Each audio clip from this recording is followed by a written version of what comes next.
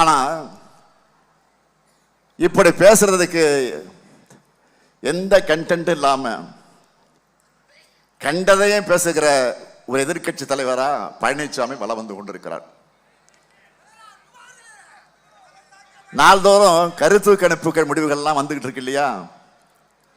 அதுல திமுக கூட்டணி வெற்றி எண்ணிக்கை கூட கூட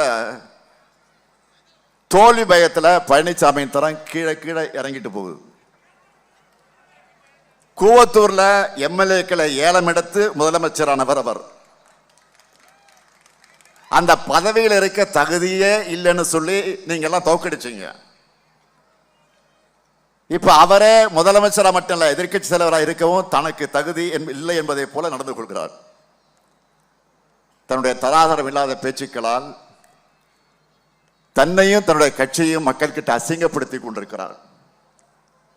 2026 தேர்தல் முடிவுகள் பழனிசாமி என்ற அசிங்கத்தை அரசியலிருந்து துடை தெரியணும். எவ்வளவு பிரச்சனைகள் நடந்துகிட்டு இருக்கு. ஒன்றிய பாஜக அரசு மும்மொழி கொள்கையை கட்டாயமாக்குறாங்க. கிறிஸ்துவ தொண்டு நிறுவனங்களையும் சர்ச்சுகளையும் குறி வச்சு FCRA சட்ட திருத்தம் கொண்டு வர பார்க்கிறாங்க.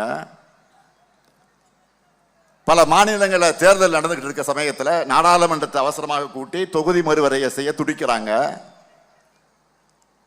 தமிழ்நாடு உள்ளிட்ட தென் மாநிலங்கள்லாம் கடுமையான பாதிப்பை சந்திக்க போகுது. முக்கியமான அரசியலமைப்பு சட்ட திருத்தங்கள் அவசரமாக செய்ய போறாங்க. இதை நாம் கண்டிச்சு பல்வேறு மாநிலங்களுக்கு தேர்தல் நடக்க இருக்கிற இந்த சமயத்தில் எதுக்கு இந்த அவசரம்னு கேட்கிறோம். இந்தியாவில் இருக்க எல்லா தலைவரும் இதே கேட்கிறாங்க.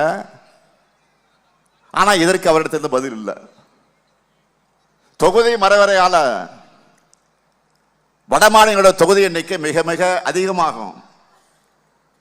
தமிழ்நாடு உள்ளிட்ட தென் மாநிலங்களுக்கும் உத்தரப்பிரதேசம் பீகார் போன்ற வட மாநிலங்களுக்கும் தொகுதி எண்ணிக்கையில் பெரிய இடைவெளி உண்டாகும். இது அநியாயம் என்று எச்சரிக்கிறோம். கர்நாடகத்தினுடைய முதலமைச்சர் சித்தராமையா அவர்களும் கேரள முதலமைச்சர் நம்முடைய சகோதரர் பினராயி விஜயன் அவர்களும் தொகுதி மறுவரைய தொடர்பா நான் நீண்ட காலமாக வெளிப்படுத்தி வரக்கூடிய அந்த அச்சத்தை அவரும் கேள்வியாக எழுப்பியிருக்கிறார். இது எதை பற்றியும் வாய் திறந்து பேச வக்கில்லாமல் இருக்கிறார் பழனிசாமி. அதுக்கு காரணம் என்ன? அதிமுகவையும் பழனிசாமியும் குத்தகைக்கு எடுத்திருப்பது யாரு? பாஜக. குத்தகை எடுத்திருப்பது யாரு? பாஜக. அதாவது டெல்லி டீம். அந்த டீம்ல இருந்து இப்ப அடிக்கடி ஒன்றிய அமைச்சர்களும் பாஜக முதலமைச்சர்களும் தமிழ்நாட்டுக்கு படையெடுத்து வந்துகிட்டு இருக்கிறாங்க. அவங்க கிட்ட நான் கேட்ட கேள்விக்கும் நான் விட்ட சவாலுக்கும் பதில் இருக்கா? இல்ல. நான் கேட்கிறேன், தொகுதி மறுவரையில் தமிழ்நாட்டுக்காக குரல் கொடுக்காத பழனிசாமி வேற எதுக்காகத்தான் பேசுவாரு? தமிழ்நாட்டில் திமுக ஆட்சியில் இருப்பதால தானே தொகுதி மறுவரை பற்றி பாஜக அரசு அறிவிக்கிறதுக்கு முன்னாடியே விழிப்புணர்வு நாம ஏற்படுத்தணும். அனைத்து கட்சி கூட்டத்தை கூட்டின இந்தியா முழுக்க இருந்து முதலமைச்சர்களை சென்னைக்கு அழைச்சி கூட்டு நடவடிக்கை கூட்டத்தை நடத்தி தீர்மானங்கள் நிறைவேற்றி ஒன்றிய அரசுக்கு அனுப்பி வச்சோமே. ஏன் சட்டமன்றத்தின் தீர்மானத்தை கொண்டு நிறைவேற்றணும்?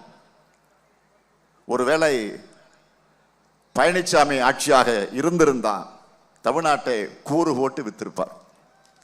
நல்ல வேலை இல்லை. வர்ற தேர்தலையும் பழனிசாமியும் NDA கூட்டணியும் ஒரு தொகுதியிலே கூட ஜெயிக்க கூடாது.